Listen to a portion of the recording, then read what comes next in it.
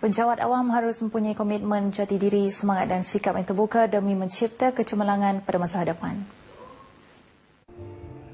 Di samping itu, semangat berpasukan juga harus diterapkan dalam kalangan penjawat awam selain kesediaan menerima teguran dengan hati yang terbuka. Menteri Pembangunan Perindustrian Negeri, Datuk Ahmad Wang Tengah Ali Hassan berkata demikian ketika berucap pada Majlis Apresiasi sambutan perayaan Hari Kebangsaan Peringkat Negeri 2015 di Dewan Suara Limbang. Terdahulu, Residen Bahagian Limbang, Datuk Maria Hasman dalam ucapannya turut menzahirkan rasa terima kasih tidak terhingga kepada warga kerja yang telah menjayakan Pesta Limbang, Sukan Maksak Bahagian Limbang dan Hari Kebangsaan Peringkat Negeri 2015. Turut diadakan penyampaian sijil penghargaan kepada agensi-agensi yang terlibat dan yang telah memenangi beberapa pertandingan yang dianjurkan oleh Maksak Sarawak pada tahun ini. Antara penerima, pasukan badminton Maksak Limbang dan pasukan bola sepak Maksak Limbang.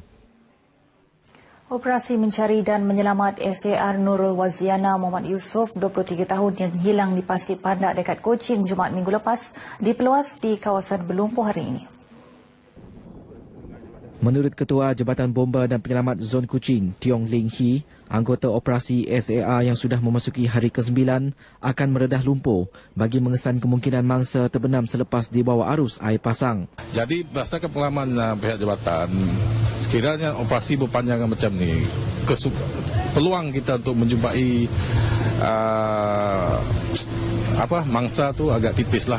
Ditemui pemberita di Kuching, Tuan Tiong turut menyatakan akan bertemu anggota dari agensi menyelamat lain di lokasi sama ada meneruskan SAR atau mengurangkan logistik dan anggota berikutan keperluan untuk operasi lain. Pada masa yang sama, beliau juga tidak membuat sebarang spekulasi tentang nasib mangsa yang dikatakan dibaham buaya kerana tiada sebarang bukti menunjukkan nasib mangsa ketika ini.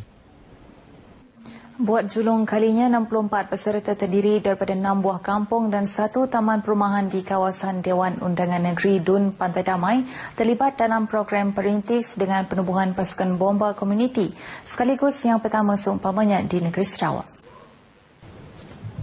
Adun Pantai Damai Dr. Abdul Rahman Junaidi berkata mulai tahun hadapan baki 34 kampung dan taman perumahan di kawasan Dun Beliau bakal menubuhkan pasukan bomba komuniti sendiri.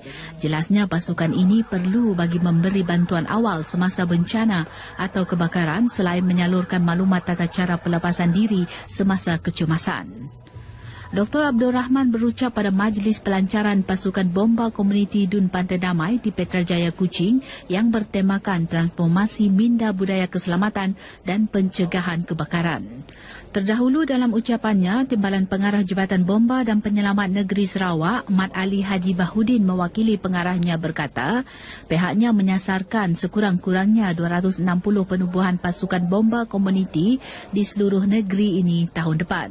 Ini usaha pihaknya bagi mendekati komuniti untuk meningkatkan kesedaran awam berhubung aspek keselamatan kebakaran di premis kediaman. Setakat ini, Dun Pantai Damai merangkumi 41 buah kampung dan taman perumahan. Usaha pihak bomba dan penyelamat yang telah berjaya membina semula rumah yang musnah terbakar harus disanjung tinggi oleh masyarakat. Semangat kerjasama yang ditunjukkan oleh bomba sukarela juga harus dipuji. Adun Batu Danau Palus Palu Gumbang turut berharap agar lebih ramai bomba sukarela ditubuh, terutama di rumah panjang di bahagian itu untuk menghadapi sebarang kemungkinan. Saya berharap lebih banyak lagi yang kumpulan sukarela, bomba sukarela ini ditubuhkan di kawasan-kawasan, terutamanya di rumah-rumah panjang di kampung yang di mana accessibility itu adalah sukar.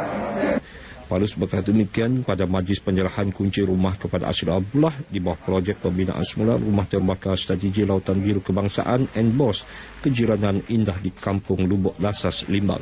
Terdahulu, Pengarah Jabatan Bomba dan Penyelamat Sarawak Nur Hisham Muhammad memuji semangat kesukarelaan di bahagian itu yang masih tinggi.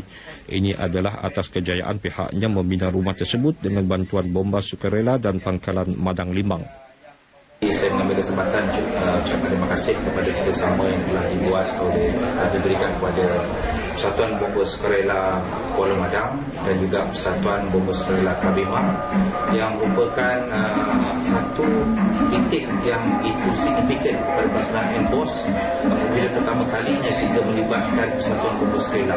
Sebelum ini kita hanya melibatkan bomba yang full time.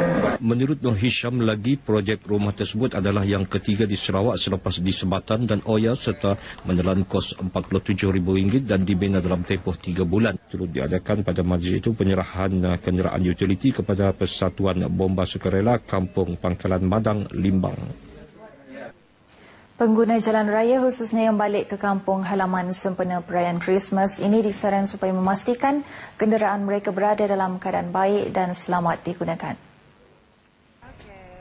Ia penting agar perjalanan lebih lancar dan keselamatan pengguna jalan raya terjamin selain bagi mengelak kejadian tidak diingini. Adun Bukit Kota, Dr. Haji Abdul Rahman Ismail turut berharap kesesakan lalu lintas khasnya pada hari Khamis dan Jumaat ini tidak mengganggu dan menjejaskan urus niaga para peniaga di daerah Limbang. Kemungkinan kita perlu membuka satu jalan bypass. Jalan bypass yang mana jalan bypass ni daripada kampung Sungai Puyan ke kampung Sembiling.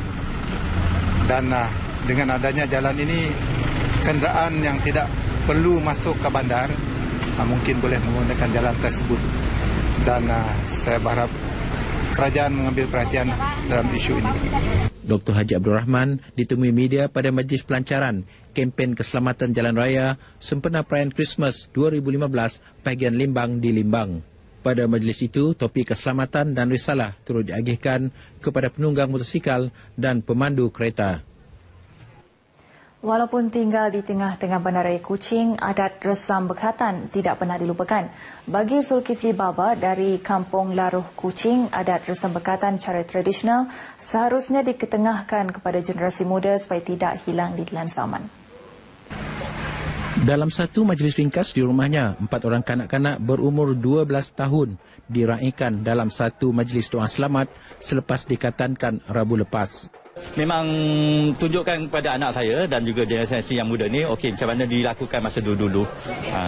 Pada program asalnya, kanak-kanak ini seharusnya diarap menggunakan beca, memaparkan tradisi asal sehingga ke dalam rumah, namun berikutan hujan, peserta terpaksa berjalan kaki sahaja.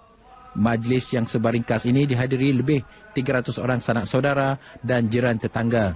Walau apapun, usaha Zulkifli ini harus dipuji dalam memartabatkan tradisi nenek moyang Melayu Sarawak.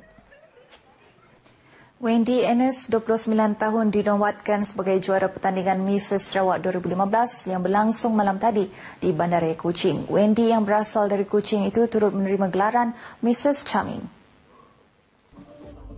Manakala tempat kedua dimenangi Dewiza Romaino dan ketiga Nurain William Abdullah.